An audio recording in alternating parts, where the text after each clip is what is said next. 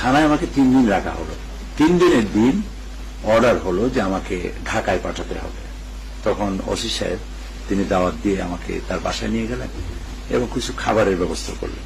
বললেন যে এই খাবারগুলি আমার বেতনের টাকা, তো আপনি নির্দ্বিধায় এগুলি খান। উনি খুব নাম করা ওসি ছিলেন, আমার মনে আছে তার নাম ছিল বাদশা মিয়া। শেখ মুজিবুর রহমান সাহেব তাকে খুব আদর করতেন। তো বাদশা মিয়া তিনি আমাকে বললেন, থানায় কোন রথী মহারথী গ্রেপ্তার হয়ে আসলে তাকে খাট দিয়ে শোয়ানো হয়, মশারি টানায়। আমার সার্ভিস লাইফে আমি দেখি নাই।